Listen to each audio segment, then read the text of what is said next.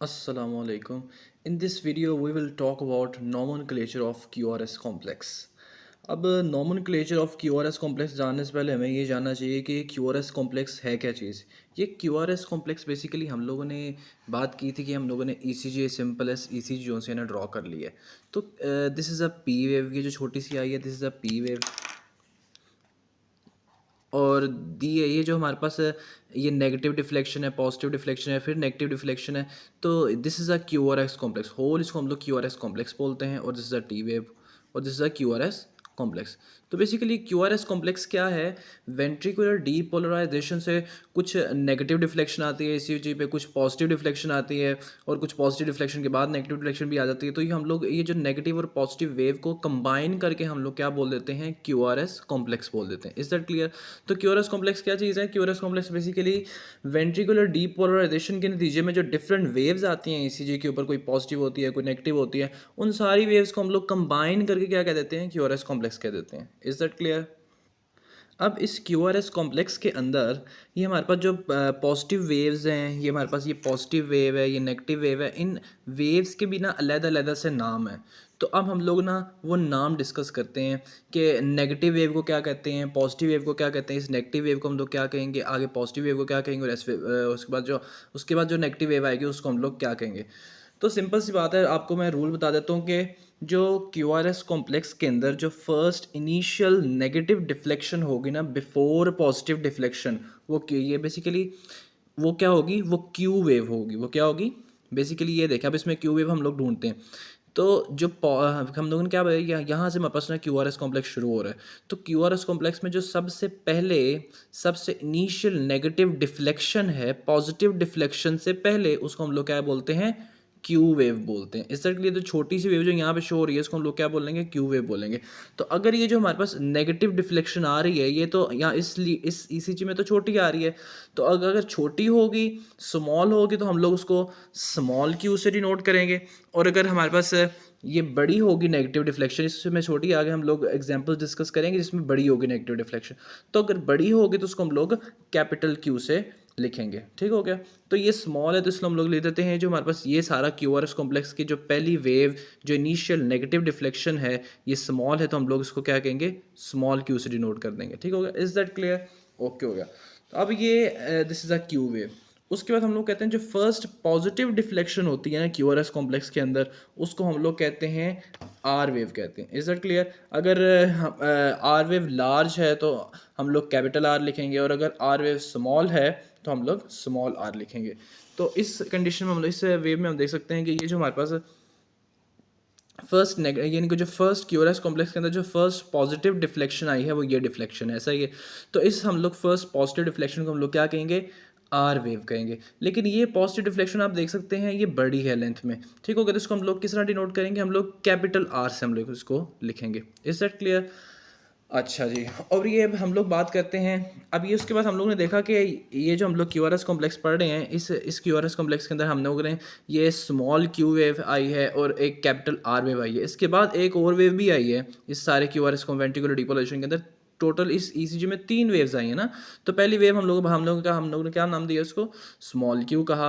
और बड़ी वेव जो पॉजिटिव रिफ्लेक्शन आई है उसको हम लोगों ने क्या कहा? आर वेव कहा। और उसके बाद एक और वेव आ गई है जो कि नेगेटिवली डिफ्लेक्ट कर रही है, तो इसको हम लोग क्या कहेंगे? इसको हम लोग कहेंगे एस वेव कहेंगे। तो आप लोगों ने याद रखना है, एस वेव वो वाली वेव होती है जो पॉजिटिव डिफ्लेक्शन के बाद अगर नेगेटिव डिफ्लेक्शन आती है ना, तो जो उस नेगेटिव डिफ्लेक्शन को हम लोग क्या कहेंगे? एस वेव कहेंगे। तो एस वेव किसे कहते हैं जी? नेगेटिव डिफ्लेक्शन आफ्टर पॉजिटिव और आर वेव। आर वेव के बाद जो नेगेटिव डिफ्लेक्शन होती है उसको हम लोग कहते हैं एस वेव, और आर वेव से पहले जो नेगेटिव डिफ्लेक्शन होती है उसको हम लोग क्यू वेव कहते हैं। Is that clear?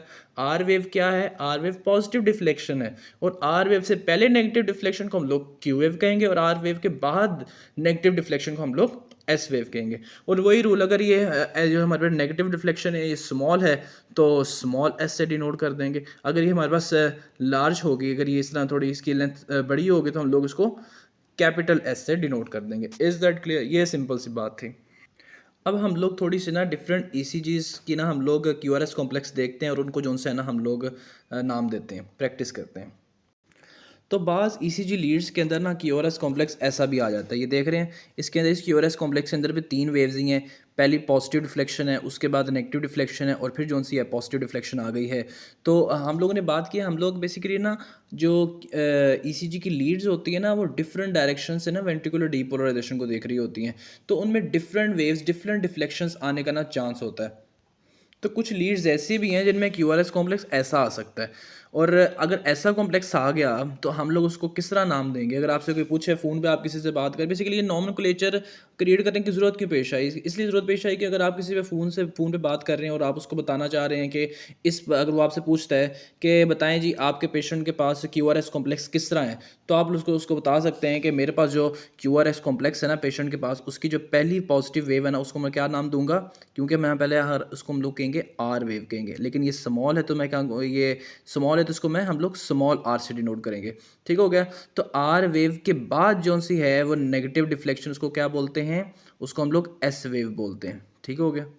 लेकिन ये जो नेगेटिव रिफ्लेक्शन है ये बड़ी है, तो इसको हम लोग कैपिटल एस से डिनोट करेंगे। ठीक हो गया? और अब देखें, ये एस के बाद दोबारा एक जो सी है ना, ये सेकंड पॉजिटिव डिफ्लेक्शन आ गई है क्यू आर वेव के अंदर, तो इसको हम लोग क्या कहेंगे? इसको हम लोग कहेंगे आर प्राइम कहेंगे। ठीक हो गया? अगर ये छोटी है तो आर प्राइम, बड़ी है तो कैपिटल आर प्राइम। ठीक हो गया? तो अगर आपसे कोई फ़ोन पे पूछे, बताओ जी आपके पेशेंट की जो क्यू आर एस कॉम्प्लेक्स है उसके अंदर कौन कौन सी वेव है, तो आप उसको फ़ोन पे बता सकते हो कि my patient have a Q R S complex having a small R and capital S and R prime wave. तो उसको पता चल जाएगा कि वो इस तरह के क्यू आर एस कॉम्प्लेक्स की आप उसको बात बता रहे हैं। Is that clear? तो आपको ये समझ आ गई किस तरह हम लोग नाम दे रहे हैं क्यू आर एस कॉम्प्लेक्स में डिफरेंट वेव्स को।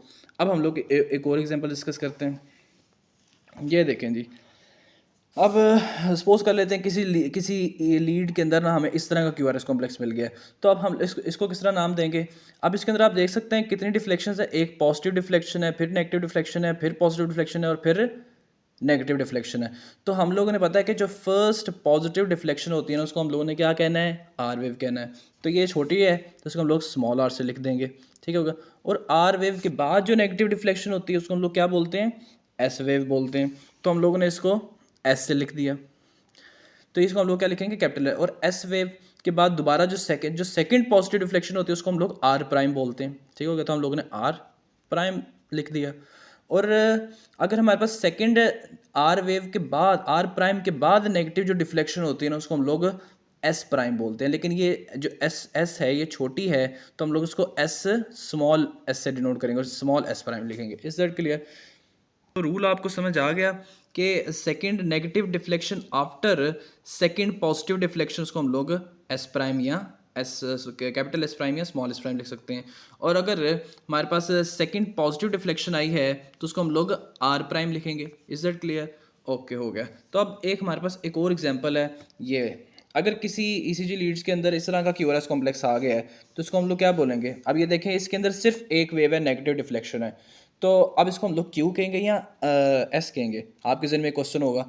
तो क्यू वेव की डेफिनेशन के मुताबिक पहली जो सी है नेगेटिव डिफ्लेक्शन, आर वेव से पहले जो नेगेटिव डिफ्लेक्शन होती है उसको हम लोग क्यू वेव कहते हैं, और आर वेव के बाद जो नेगेटिव डिफ्लेक्शन होती है उसको हम लोग एस वेव कहते हैं। तो इसके अंदर तो आर वेव है ही नहीं, ऐसा ही है, तो ये नेगेटिव डिफ्लेक्शन ही है। तो इसको हम लोग इसको हम लोग लिखेंगे क्यू एस।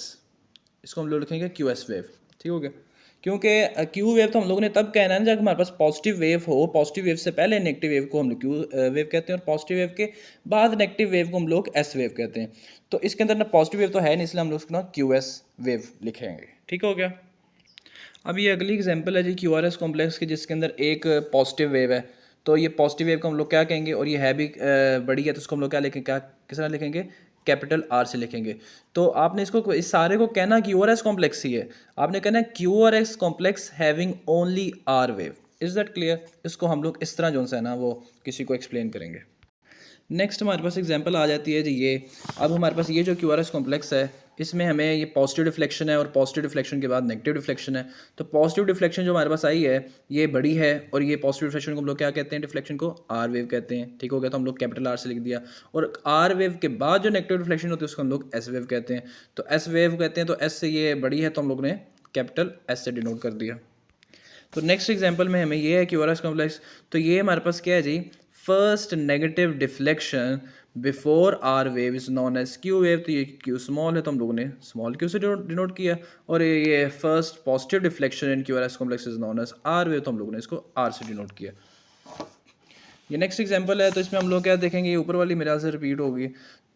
तो ये पहली डिफ्लेक्शन जो पॉजिटिव वो क्या है जी, आर वेव है, और आर वेव के बाद जो नेगेटिव डिफ्लेक्शन है अगर वो स्मॉल है तो हम लोग स्मॉल एस से डिनोट करेंगे। अच्छा जी, ये एग्जांपल है, इसमें हम लोग ये जो क्यू आर एस कॉम्प्लेक्स है इसको हम लोग किस तरह लिखेंगे। तो फर्स्ट पॉजिटिव, ये दोबारा रिपीट हो रही है एग्जांपल, ये है जो हमारे पास आर, ये क्या है कैपिटल एस, और ये क्या है आर प्राइम। तो इसको हम लोग किस तरह लिखेंगे, आर वेव से लिखेंगे। सो ये थे जी आज की video, thank you so much.